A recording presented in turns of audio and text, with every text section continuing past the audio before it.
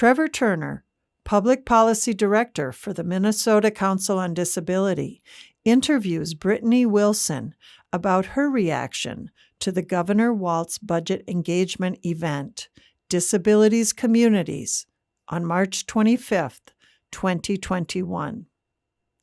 Brittany, who identifies as a person with a disability and is a strong disability advocate, asked the governor and lieutenant governor about how their budget addresses the intersectionality of disability and race and the marginalization of BIPOC Minnesotans with disabilities.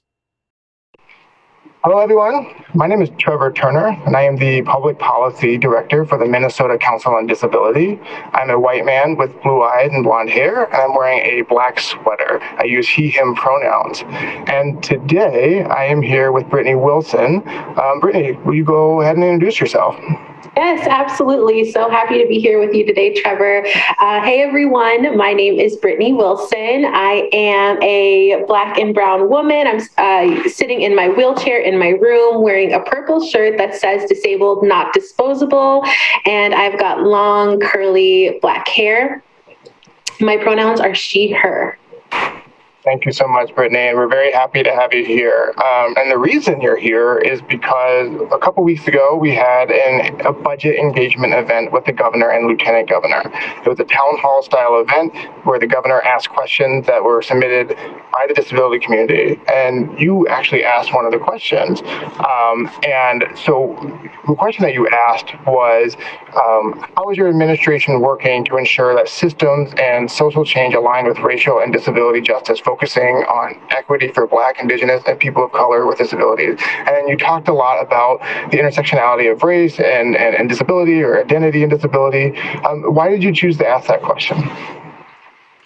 Yeah. So, I am someone that has a lot of intersections.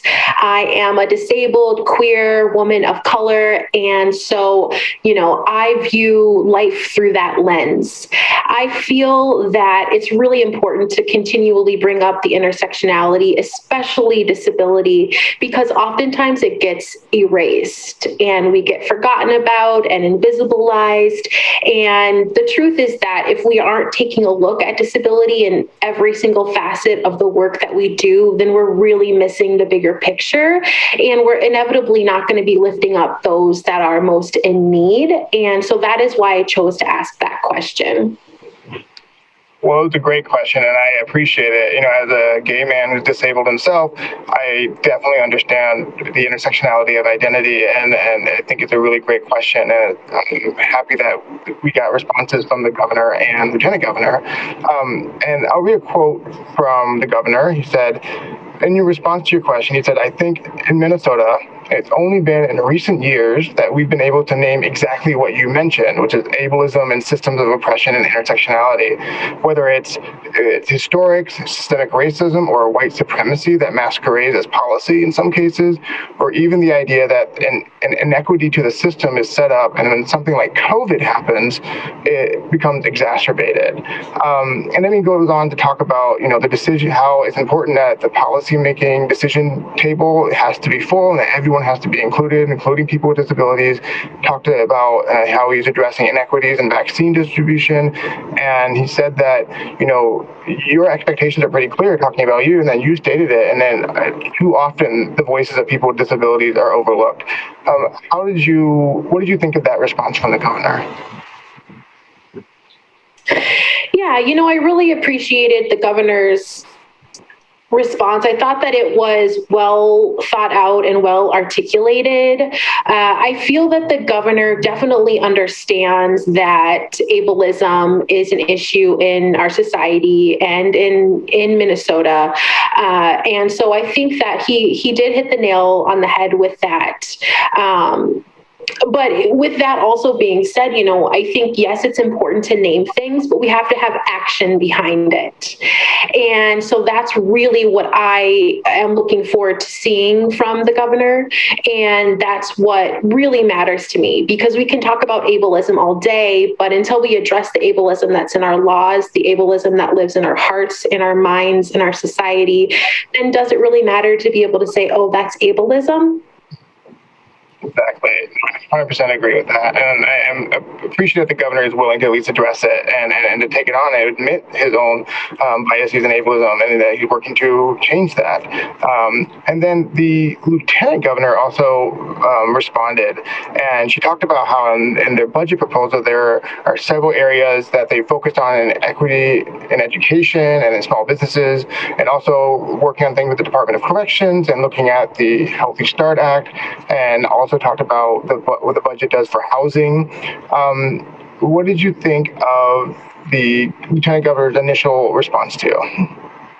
I appreciated the lieutenant governor's comments. I think that she could see that there are ways that we can address systemic oppression and include disabilities in laws. And so I really appreciated that. What I was really kind of trying to get at is that we have to include disability at every table. It can't just be, disability with, Department of Human Services or, whatever it may be. Disability affects every single race, every single gender, religion. It doesn't discriminate, basically. And so I really just wanted to get that point across, that disability needs to be at every single conversation. And ultimately, when we are recognizing, acknowledging, and including the most marginalized people in our community, we are naturally lifting everyone up. I think that sometimes we have a tendency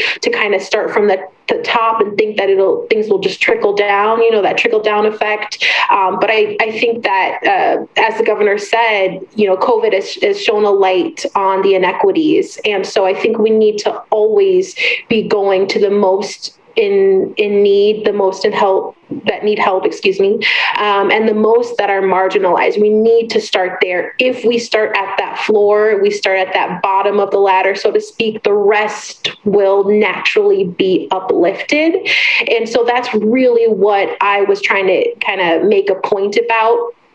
But kind of like you were saying, I feel like the governor and lieutenant governor are definitely open to hearing what our community has to say and hear our stories and our experiences and take them into account. But, bottom line, disability, it needs to be included in every single conversation at every single table to really have the effect that the community needs and ultimately deserves. Absolutely. And the lieutenant governor herself is an Indigenous woman. Do you think that identity makes her more sympathetic to the intersectionality conversation and the disability rights movement? That's a really great question. I absolutely think that when people face oppression, and also when people belong to marginalized groups, I think that absolutely you can become and are more aware of, of real life, right? And of what it's like to live in a body that isn't,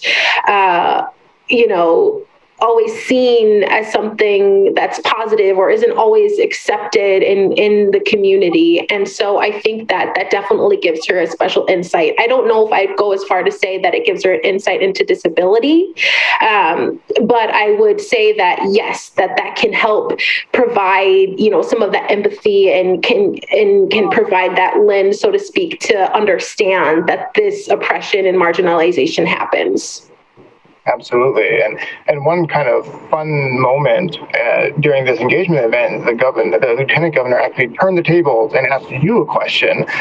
And she asked, she'd like to ask you that, and what does that look like to you? What does it look in order for you to feel seen? And we're taking the entire individual into mind as we're having these conversations and laying out this policy and budget. What was your response? Yeah. So, I was a little surprised that they asked me for my opinion. I've been at a few different events with the governor and lieutenant governor, and that has never happened to me or really anyone else. So I was a little like, oh, but I was really excited and jumped on the opportunity to be able to share my thoughts. I spoke about COVID and how that has, particularly affected people with disabilities. I spoke about the need for things like housing and for access to education. What I do wish in reflection that I would have included or said really was that they could throw a dart at any topic, and the chances of people with disabilities and other multiple marginalizations or identities are going to be affected more disproportionately than anyone else. So I guess if I could add to that, I would say every single facet of life, disability needs to be included, and there's lots of room for people with disabilities to move up, right? And to have more access and to have, just a better quality of life. There's lots of room for that. Yeah, definitely. And I'm glad that you agreed to do this interview, because now it gave you that opportunity to add that on. So we'll make sure the governor sees this so that they hear that response. And then the last question I have for you is, how do you think the disability community can hold the governor accountable? What can the disability community do to, keep pushing these issues along? Absolutely. And that's such a great question. And I feel like that probably is the most important question out of everything else, right? And the reason I say that is because one thing that I've learned in my advocacy journey is that our stories and our experiences matter. They carry so much weight.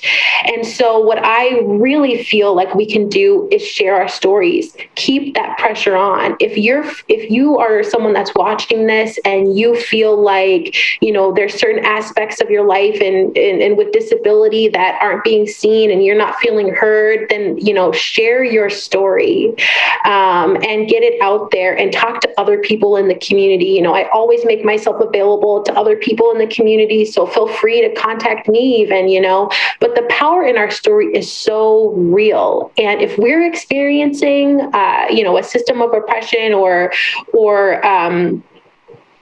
whatever it may be, chances are that there's someone else that is too. And so I think sharing your story is definitely one way.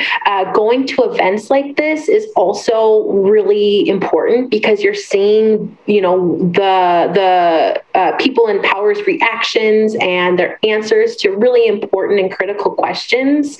And, so another thing that you could do and to kind of hold them accountable is to, write to your legislature as well. Or city council members or, and explain your story. And really, we are the experts in our own lives. And one thing that I've really noticed is that a lot of times people that are making the decisions for the disability community don't have disabilities, don't live these lives. And so they really rely on us to be able to inform them. And again, we are the experts. So just kind of remember that, and I think another thing that we can do is be in community with one another. Online is a really great resource, following certain hashtags. I like to follow hashtags like disability pride and stuff like that, and that connects me to so many other people. And that has been extremely helpful to understand other disabilities aside from my own, to be able to be an ally to others in my community. Disability, as so many people know, is not a monolith. It's not a one story or one, experience fits all. It's very vast and very diverse. And so it's really important to, be able to branch out and hear other stories as well and just support other members. And another thing that I like to kind of think of is that even if something doesn't affect me, like if a law passes or something and it doesn't affect me specifically, but it affects other people in my community, I consider that a win for me, if something good comes out of that or a good law gets passed, And so I think just staying up to date is also important, and just in just being aware what's going on in the community. And ultimately, don't be afraid to take up space. A lot of the times, I'm one of the only people of color with a physical disability, and that can be really intimidating. And that's okay. I deserve, and you deserve, to take up space. And so those are kind of my tips that I have. Awesome. Well, those are excellent words of wisdom. And, I like how you really kind of gemmed up the mantra, nothing about us without us, how important that is, that we need to be at the table. We need to take up space. We need to be there when decisions are being made. And I really like how you brought up community. Some of the lessons that you've learned in the civil rights movement or the gay rights movement is have been ultimately successful by being a community and supporting one another. And so, the disability community historically has been marginalized, and we've been hidden and separated from community. So coming together makes us a community, makes us stronger, and makes us better policymakers, and makes us more influential. So that's really, really, really good points. Thank you so much. Well, Brittany, thank you so much for being here, and thank you for asking that question to the governor. I thought that it really made them think and be reflective on a lot of different things and issues in the disability community. So we're always happy to have you as part of these events, and thank you for doing this interview. Yes, absolutely. It was a pleasure to kind of expand upon things, and I really appreciate you reaching out. Well, thank you. And everyone else, have a great day.